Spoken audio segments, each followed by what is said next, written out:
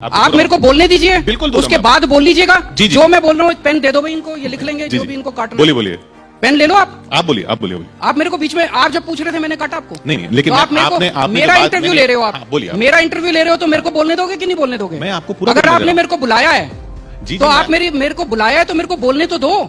मेरा फ्लो क्यों तोड़ रहे हो? अच्छा चलिए। मैंने उनके वीडियो देखे हैं, एक वीडियो वो बड़े गर्व के साथ कहते हैं मैं पढ़ा लिखा नहीं हूं। ये आप पर्सनल अटैक नहीं कर रहे? आप सुन तो लीजिए, आपको इतनी तकलीफ क्यों होती है? नहीं, आप अगर मेरे को बोलने तो दीजिए। आप प्रधानमंत्री का नाम लेते ही आप कूदने लग जाते हैं। शांति रखिए, सुनने वो भी नहीं सुनना चाहते, आप भी नहीं सुनना चाहते। आपको हाँ चलिए। एक इंटरव्यू था राजीव शुक्ला जी का, आपने देखा है वो? जी जी बिल्कुल देखा। उसमें वो कहते हैं कि मैं हाई स्कूल से आगे नहीं गया। एक और भाषण चल रहा है सोशल जिसमें वो कहते हैं मैं पढ़ा लिखा नहीं हूं। पढ़ाई लिखाई जरूरी नहीं है। अगर किसी देश का प्रधानमंत्री ये विचार रखता है कि पढ़ाई लिखाई विकास के लिए जरूरी नहीं है, वो देश कैसे तरक्की कर सकता है? ऐसा विचार उन्होंने रखा नहीं। सुन लीजिए, नहीं, ऐसा विचार नहीं। देखिए अगर आप ऐसी बात कर रहे हैं तो ऐसा मेरे को बात पूरी तो करनी दीजिए। आप जो बोल रहे हैं कि पढ़ाई लिखाई जरूरी नहीं है, वीडियो चला दीजिए। ऐसा विचार तो उन्होंने कभी नहीं रखा। वीडियो चला जरूरी नहीं है। दीजिए, वीडियो चला दीजिए। आप एक मिनट मेरे को नहीं। बात पूरी नहीं करने दे, मुझे इसमें तकलीफ है। अच्छा चलिए। आप उनकी वकालत कर रहे हैं, मैं पूरा वकालत देश नहीं। देखता है कि आज मीडिया कैसे वकालत कर नहीं, रहा मैं है। वकालत नहीं कर रहा। आप मुझे बुला के मुझे ही बोलने का मौका नहीं देते, ये भी तकलीफ है मुझे। ये भी देश देख रहा है कि पूरा आगे मौका से दिया मत आपको। बुलाया करना, वो तो चाहते ही हैं कि आप ना बुलाया करें मुझे। ये भी पूरा देश देख रहा है कि पूरा मैं मौका जानता दिया। हूं कि आपको डांट पड़ेगी आज उनसे, ना। कस के डांट पड़ेगी। उसी की अभी आप सफाई तैयार कर रहे हैं कि देखो मैंने उसको बोलने नहीं दिया जी, बीच में टोक दिया। मैं देखिए आप मेरे को बोलने दीजिए, बिल्कुल उसके बाद बोल लीजिएगा। जी, जी। जो मैं बोल रहा हूँ पेन दे दो भाई इनको, ये लिख लेंगे जो भी इनको काटना। बोलिए बोलिए, पेन ले लो आप बोलिए आप मेरे को बीच में, आप जब पूछ रहे थे मैंने काटा आपको। नहीं, लेकिन तो आप मेरे को मेरा इंटरव्यू ले रहे हो आप, बोलिए। मेरा इंटरव्यू ले रहे हो तो मेरे को बोलने दोगे कि नहीं बोलने दोगे? मैं आपको पूरा अगर आपने मेरे को बुलाया है जी, तो जी, आप मेरे को बुलाया है तो मेरे को बोलने तो दो।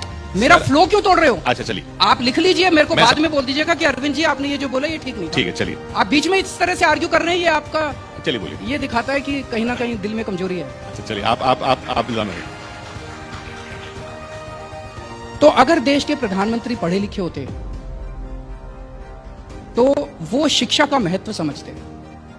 मनीष सिसोदिया जैसा शख्स 75 साल बाद, आजादी के 75 साल बाद इस देश में ऐसा शख्स आया जिसने देश के सरकारी स्कूलों का कायाकल्प कर दिया।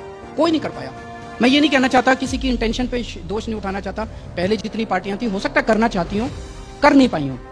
पहली बार एक ऐसा शख्स आया जिसने देश के करोड़ों, दिल्ली में करके दिखाया, जिसने पूरे देश के करोड़ों गरीबों को उम्मीद दी कि उनके बच्चों को भी अच्छी शिक्षा मिल सकती है।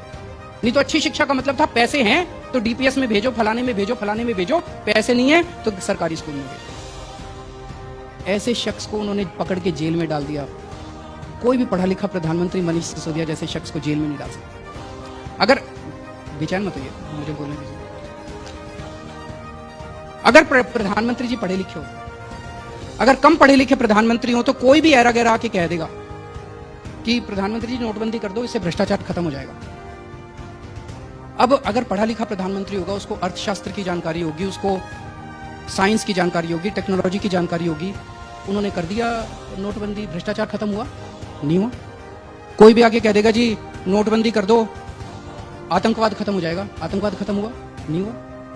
एक और मैंने उनका वो सुना था, उसके अंदर वो कह रहे थे कि नाली के अंदर से जो गैस निकलती है उससे चाय बन सकती है।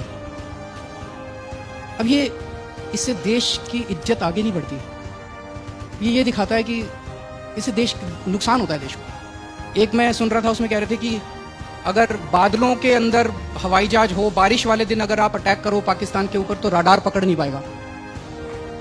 ये इससे देश की इज्जत कम होती। बोलिए बोलिए। इससे देश की इज्जत कम होती है।